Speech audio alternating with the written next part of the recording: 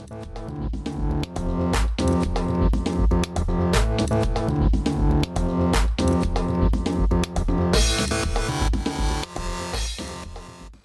guys, welcome to Knoxbox. I am Knock himself. With me tonight is Cordial Rob. Hello! And tonight we have a Spence Pants! Perfect. I know. Flawless, and Rob loves it. I'm going to kill both of you. So, leading on from that, we have played a lot of Zombicide. Yep, just a small amount. Just a small amount, where we're all on the same team. And actually, Rob ran over my character in the last Zombicide. He also then shot his character in the last Zombicide. So, we figure it's about time we did some head-to-head to let Rob work out his passive aggression he has been building towards us. I think it's all for magical entrances. So we thought we would do that through the medium of board games. Dungeon Saga. Okay, for those of you that don't know about it, it's basically...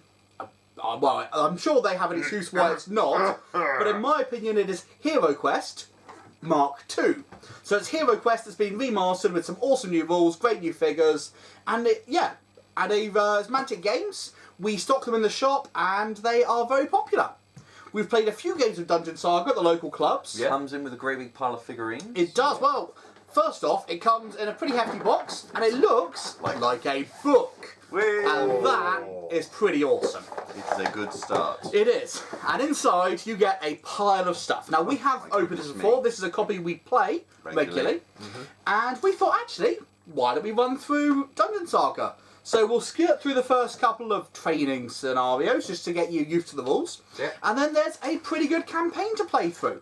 And there's actually, I believe, effects. So if you win or lose previous battles, you get effects on the next ones. So for the purposes of this, there's going to be one Overlord.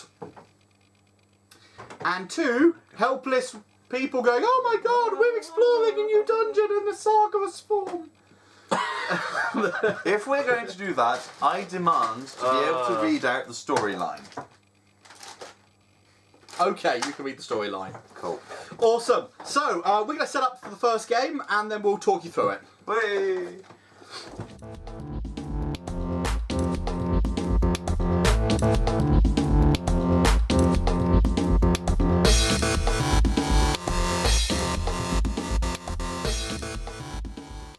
So guys, we have set this up. We've quickly reread the rules to make sure we are certain of what we're doing. And what we're actually going to do is we're going to go through quickly as an intro, Adventure A and Adventure B, which I think there might be a C one as well. And they are literally tutorials to show you guys how the game works. Right guys, we no longer have heads or faces. But this... Most of us don't even exist. No, but I do. So, woohoo, you can see me. We have dice. Decent. We are going through Adventure A first, which is showing you how the game works. We're going to explain the rules basically. This will only involve two of the party. Which two? The dwarf and the barbarian. So we have Olaf, the human barbarian, who is me. Rawdon. And Rawdon, the dwarf fighter, which is Spency Pants today. We've zoomed right in, so you can actually see the gameplay, because it's nowhere near as big as Zombicide at the moment. Nope. It can get quite a size, but as it stands, we figure this way you can see everything. As this is part of the tutorial game, so we this have is getting used to the combat. Absolutely. So we have Olaf here, Rawdon there, then we have four different undead skeletons. You have four skeleton warriors. They have a mixture of weapons, but functionally they're all the identical. same. There are also four piles of bones. Now these are markers which can have dead raised from them by the Overlord, which is Cordial Rob. Ah, hand appeared, woo! So the goal of this is for us to open this door. And that is literally it. We can ignore the enemies completely and just run through and open it, or we can fight them. Fighting is a bit odd of the way it works, we will show you how. The bone-coloured dice will be the Overlord for the Skeleton Warriors, and the happy blue dice will be us as our barbarians. I will show you one of our cards. They have life points at the top, marking as you get hurt. If you run out of hearts, you die. When the only of the hearts that are left you can see are red, that means that your feat is active and you can use a once per game ability. At the bottom it shows you how far you move, how many combat dice you roll, and what your armour is. And your armour ignores any dice lower than it, or equal. And that is everything at the moment. The Overlord has a massive Overlord board, which shows him all the stats of all of the different beasties. So, you have them listed down here, the same stats as us, and what happens when we hit them. I get to ignore quite a bit of damage, though, because of the abilities of my things. So, the way the turn actually works is we get to go first, and we can move, and then if we are in base combat, we can move, and then we can fight something that's near us, or shoot at something if we have ranged.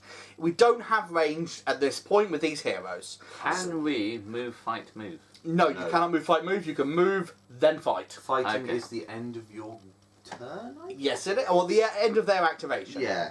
So, actually, rather than go through the story for the first one, we'll summarise.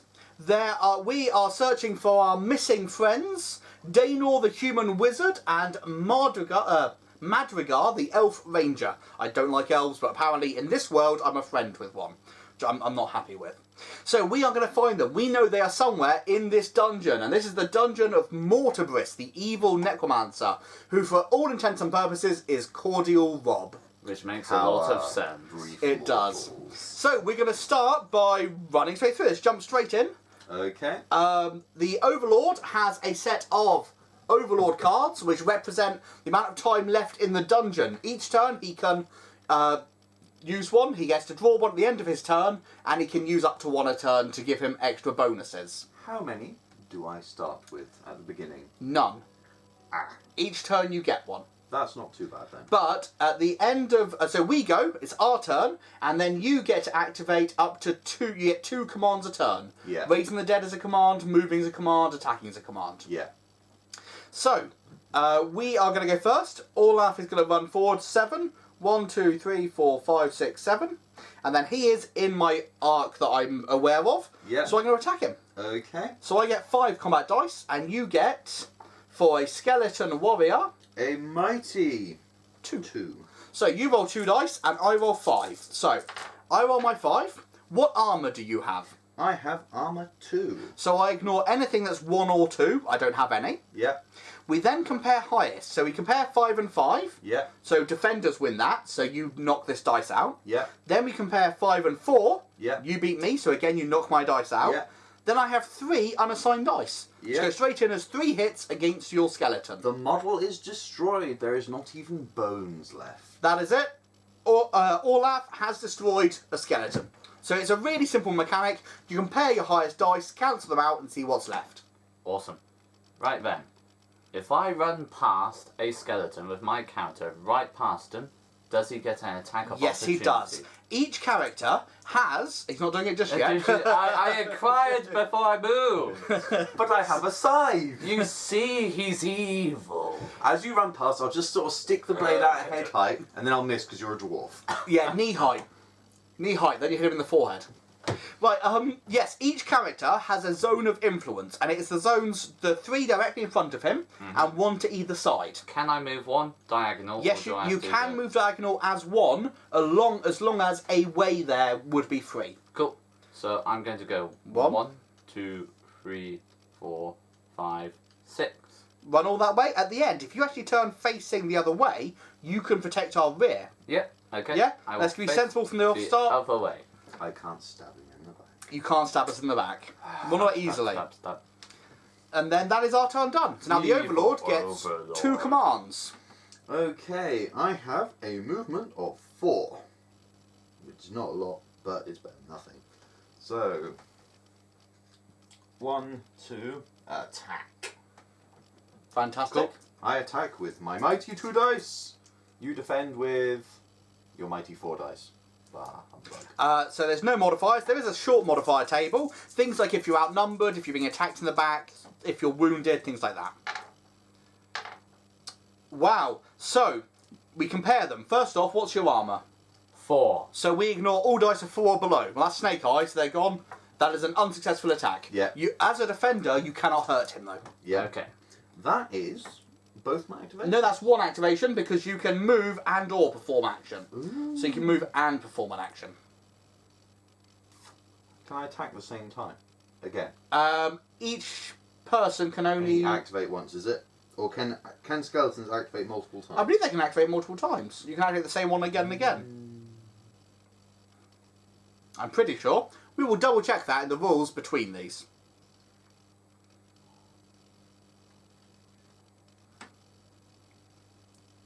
One, 2, 3, 4. Attack. Fantastic. That's against me, so I get 5 dice. Yeah. My armour is 2, so I ignore your 2. And you've beaten me because I see 6s. Yeah, my 6 beats your 3, nothing. Yeah. The characters are really quite difficult to hurt in a straight up fair fight. However, in later Lanking. things, I will be completely disgusting and go, oh, you're facing that way. Shoot in the back with an arrow. Exactly.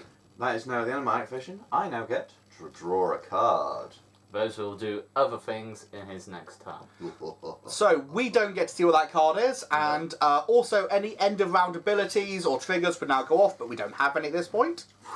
Straight into our turn. Now, the problem is, if we start trying to move, you're going to get a free attack on us. Yeah, Which but- means you've held us here for this turn. If you fight, that's the end of your person's activation Exactly. as well. So I'm going to, and also you can break away from combat and you get a free attack, Yeah. but only into a square that's not of their influence.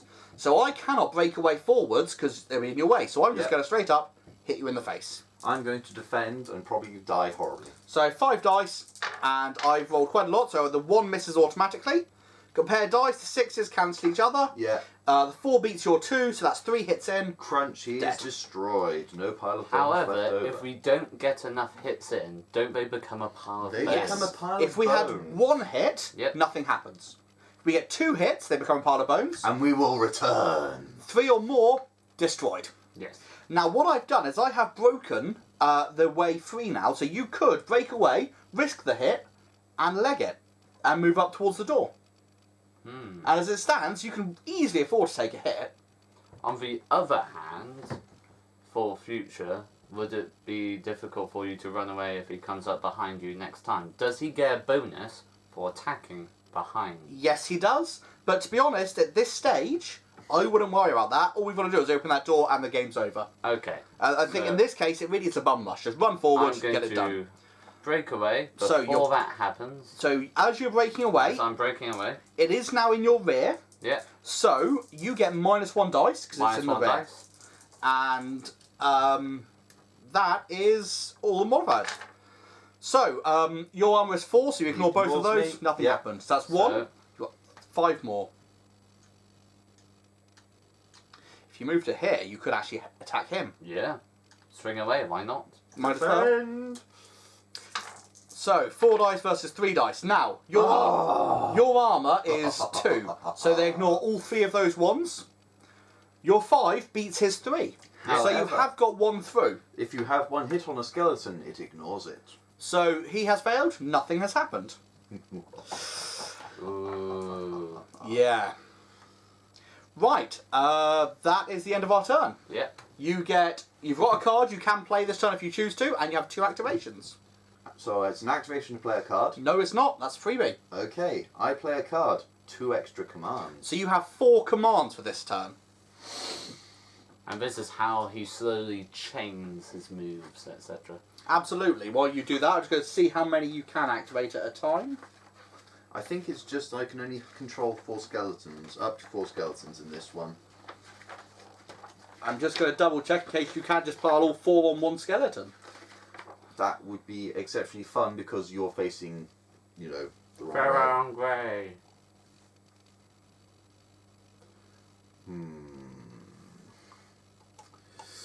Well, 4 activations.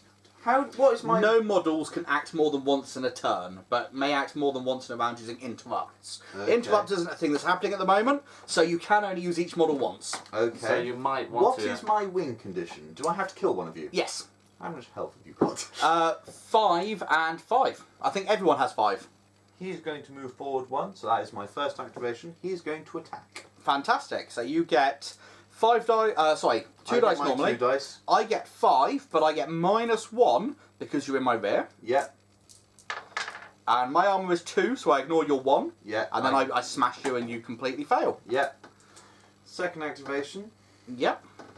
At this point, it is highly stacked in the adventurer's favour because this is a learning. This is Raised dead. mission number 1. So you've raised another dead. Fantastic. Yeah. So it's my second activation. I then move there. Yeah, absolutely. And attack again. Attack again. Now, you're not in my rear arc, Nope. so I get 5 dice, but you outnumber me, so I do get -1. Yeah. So we go again.